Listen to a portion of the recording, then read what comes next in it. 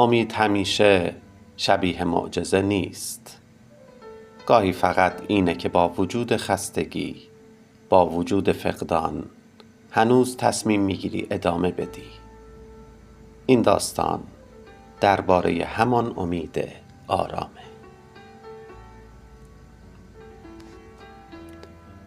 امید معمولاً شبیه چیزی نیست که آدم‌ها دربارش حرف میزنن. نه روشنه، نه پر سر و صدا. بیشتر شبیه نوریه که آدم اول فکر میکنه خیال بوده، اما وقتی چشمهاش رو میماله میبینه هنوز اونجاست. لیلا این رو دیر فهمید. 30 و چند ساله بود و برای چندمین بار در اون سال کنار پنجره آشپزخونه ایستاده بود و به خیابون نگاه میکرد، بدون اینکه واقعا چیزی ببینه. صبح بود، اما حس صبح نداشت.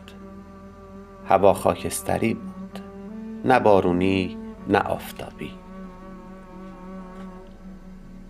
همونقدر بلا تکلیف که خودش. کتری روی گاز سوت میکشید. صداش آزاردهنده نبود، فقط یادآور این بود که هنوز چیزهایی هستن که منتظر توجهن. لیلا گاز رو خاموش کرد، چای ریخت و روی صندلی نشست. خونه بیش از حد ساکت بود. بعد از رفتن مادرش سکوت شکل دیگه‌ای گرفته بود، نه غمگین نه سنگین، فقط کشدار. انگار صداها یادشون رفته بود چطور برگردن. لیلا دستش رو دور فنجون گرفت. چای داغ بود، اما نه اونقدر که حسش رو زنده کنه. 3 ماه از اون روز گذشته بود، روزی که دکتر با لحنی آرام اما قاطع گفته بود باید آماده باشید. آماده برای چه؟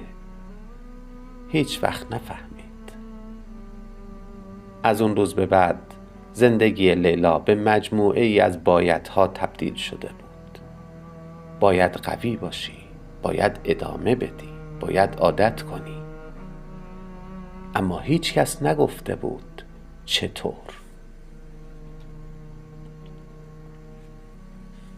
کارش رو نیمه وقت کرده بود. در یک کتاب فروشی کوچیک کار میکرد، شغلی که زمانی دوست داشت. حالا فقط انجامش میداد. کتاب ها همون بودن، اما او فرق کرده بود. اون روز وقتی وارد مغازه شد، بوی کاغذ و قهوه مونده در هوا پیچیده بود. همکارش سارا لبخند زد. صبح بخیر لیلا. لیلا سر تکون داد. لبخند زدن براش انرژی میخواست. مشتری ها می اومدن، می رفتن، سوال می پرسیدن، کتاب می خریدن. زندگی ادامه داشت، حتی وقتی کسی دلش نمی خواست. ظهر مردی مسن وارد مغازه شد. آرام راه می رفت. موهای سفید، پالتوی کهنه و چشمانی که انگار همیشه چیزی رو دنبال می کردن. دنبال یک کتابم. لیلا پرسید چجور کتابی؟ مرد مکث کرد. کتابی که آدم رو ناامید نکنه. سؤال ساده ای نبود. لیلا برای لحظه ای ایستاد. بعد بدون فکر زیاد کتابی برداشت.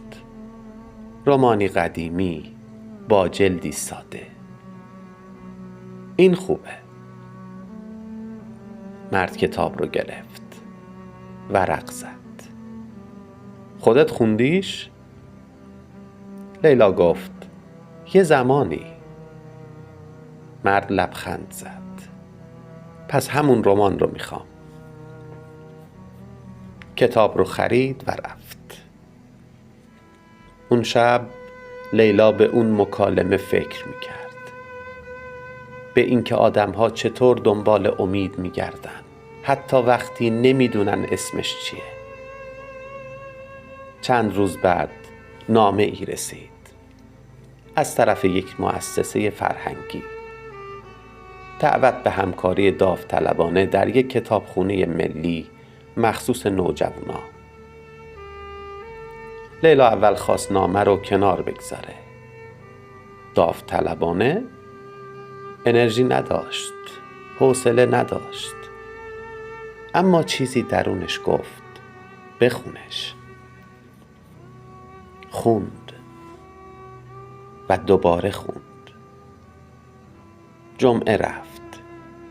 کتابخونه کوچیک بود، اما پر از صدای نوجوان‌هایی که می‌خندیدن، بحث می‌کردن، کتاب‌ها رو جابجا می‌کردن. یکی از اونها دختری با موهای کوتاه و نگاه جدی جلو اومد. شما هم اینجا کار می‌کنید؟ لیلا گفت آره، ولی به صورت امتحانی. دختر شونه بالا انداخت. من نازنینم، اینجا حوصله‌ام سر میره، ولی مامانم اصرار داشت بیام. لیلا لبخند زد. اولین لبخند واقعی بعد از مدت‌ها. هفته‌ها گذشت. لیلا هر جمعه میرفت، نه از سر وظیفه، از سر عادت تازه‌ای که آروم آروم شکل گرفته بود. با بچه‌ها کتاب می‌خوند، حرف می‌زد، گوش می‌داد. یک روز نازنین گفت شما چرا اینقدر آرومین؟ لیلا خندید. آرومم؟ آره، انگار از یه جای دور اومدید. لیلا چیزی نگفت، اما اون شب برای اولین بار بعد از مدت‌ها گریه کرد. نه از غم، از اینکه بالاخره کسی دیده بودش. زمستون اومد. هوا سرد شد. روزا کوتاه‌تر. یک عصر وقتی از کتابخونه برمیگشت، کنار پارک محله ایستاد. درخت‌ها لخت بودن. زمین پر از برگ‌های خشک. روی نیمکتی نشست. یاد مادرش افتاد. یاد عصرهایی که کنار هم می نشستن و فقط نگاه می کردن. اونجا بود که فهمید امید همیشه به شکل بهتر شدن نمیاد. گاهی فقط به شکل موندنه. چند ماه بعد لیلا دوباره شروع به نوشتن کرد. نه برای چاپ و دیده شدن، برای دل خودش. از روزهای ساده نوشت، از بچه‌های کتابخونه، از مردی که دنبال کتاب ناامید کننده نبود. یک شب نوشته ای رو برای سارا فرستاد. سارا جواب داد لیلا این خیلی خوبه، باید ادامه بدی. لیلا گوشی رو کنار گذاشت. دلش لرزید از ترس، اما ادامه داد. بهار که رسید شهر رنگ گرفت. لیلا هنوز همون آدم نبود، اما دیگه گم هم نبود. یک روز ایمیلی اومد از همون مؤسسه، پیشنهاد همکاری رسمی. لیلا مدت‌ها به صفحه نگاه کرد. بعد جواب داد بله. اولین روز کاریش زودتر رسید. در رو باز کرد. نور صبح داخل کتابخونه ریخت. نازنین اومد. خانم لیلا حالا دیگه رسمی شدید؟ لیلا خندید. آره فکر کنم. خوبه، اینجا بهتون میاد. این جمله ساده چیزی رو در دلش گرم کرد. لیلا فهمیده بود امید چیزی نیست که یک بار پیدا بشه.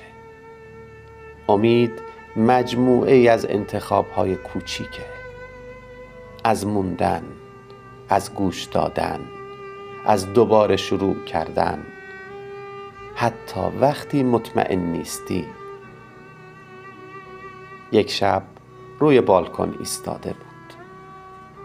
هوا خنک بود، ستاره ها کمرنگ اما حاضر. با خودش گفت من هنوز اینجام. و همین کافی بود.